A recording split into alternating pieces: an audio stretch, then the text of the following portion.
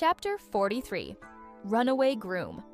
He told Adrian that his grandmother was going abroad and he was worried, so he needed to accompany her, so he couldn't attend their engagement party. But as soon as he arrived in France, he couldn't wait to find Ava. He even had his cousin call to ask for Ava's address. "What's wrong, Adrian?"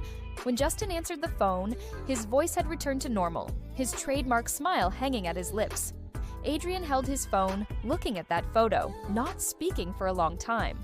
In the photo, Ava had her hair in a high ponytail. She was holding his arm, eyes curved with laughter, pure and radiant. "Adrian, don't tell me you don't want to get engaged."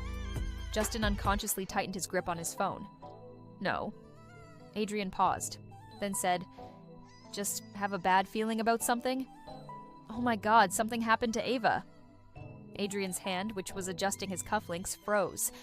Falling from such a high stage. Who knows how she is now? She had a stage accident, but her sister is still getting engaged, and the Hart parents are entertaining guests like nothing happened.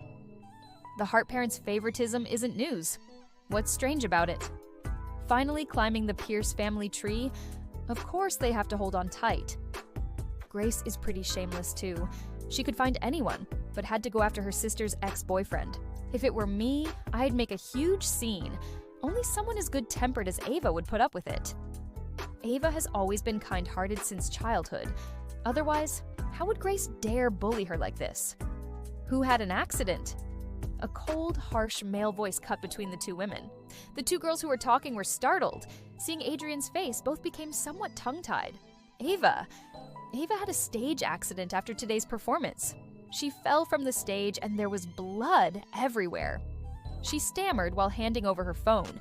It was a video someone had posted on social media not long ago. After the curtain call, a scaffold above the constructed stage suddenly fell. At the time, a sponsored child who had just come on stage was standing in front. To save that child, Ava rushed forward and pushed the child away, but she stepped into empty space and fell down. From the video's angle, if Ava hadn't fallen off the stage, she would likely have been hit in the legs by the scaffold. If her legs had been hit, she might never be able to dance again. Now, many news outlets were reporting this incident. The sight of Ava lying in a pool of blood made Adrian's heart tighten. He turned and strode toward the exit. Her little face is so pale. Grandma Shaw looked with heartache at Ava lying unconscious on the bed. Tommy gripped Ava's hand, his eyes red. Justin stood beside the bed, his calls going unanswered. "Stop calling. I can see the Hart parents don't want to deal with Ava at all," Grandma Shaw said heavily. She had watched countless performances by Ava and had never seen the Hart family at any of them. She heard today was the Hart family's elder daughter's engagement day. They were probably happily entertaining guests right now, with no time to care about their younger daughter performing abroad. Justin turned off his phone. He had called all 3 Hart family members, and none answered. Only Adrian's number he hadn't called. He turned to look at Ava on the hospital bed, her head wrapped in gauze and face colorless, feeling a tightness in his chest. He had heard about the Hart parents' favoritism from Adrian a couple times, but hadn't taken it seriously.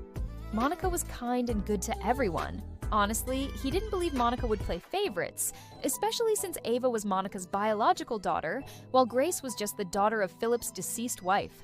There were many who played the role of gentle, considerate stepmother in wealthy families. In his mind, Monica was such a person. Until in the ambulance, he called Monica, and when she heard his voice, she was initially very gentle and pleasant. "Mrs. Hart, Ava is injured and is currently... Her sister is getting engaged today. Must she cause trouble and make everyone unhappy?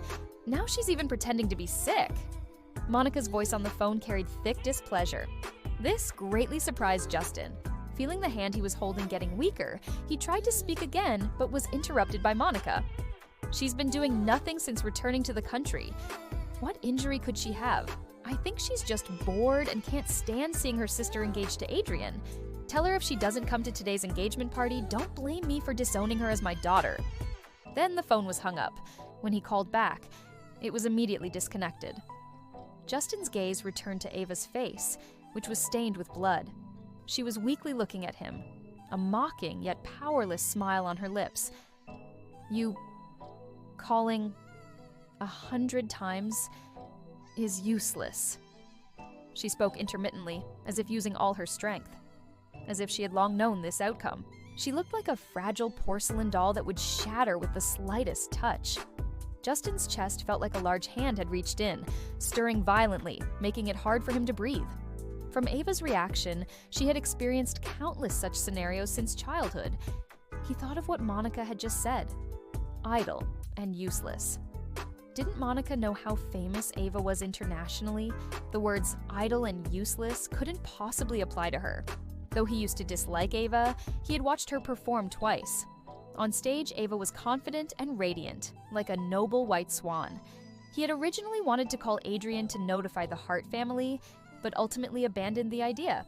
He was afraid Adrian would run away from the engagement venue, whether this fear was about Adrian and Ava rekindling their romance, or about Grace getting hurt. Before yesterday, he might have thought it was the latter. But now, he clearly understood his fear was the former. He didn't want Adrian and Ava to rekindle their romance. In the lounge, Monica put her arm around Grace's shoulder, softly comforting. Maybe Adrian really had some emergency. Don't worry, Uncle Pierce has already sent people to look for him. Grace kept her head down, crying silently. She kept asking herself whether he was delayed by business or didn't want to get engaged to her. Her eyelid had been twitching since yesterday, always feeling something was going to happen. Until today, when the engagement was about to begin, and Adrian couldn't be found anywhere, she had a vague feeling. Adrian had run away from the wedding, but she still held on to hope. Until it got dark. All the guests had left, and they still couldn't contact Adrian. Though her parents said Adrian might have had an accident, her instinct told her Adrian was fine. Grace, don't worry. If nothing happened to him, Dad will definitely help you get even. Philip clenched his fists, his face full of anger. Grace grabbed Philip's hand. Dad, I believe Adrian didn't do it on purpose. He must have had some emergency. Let's go home first.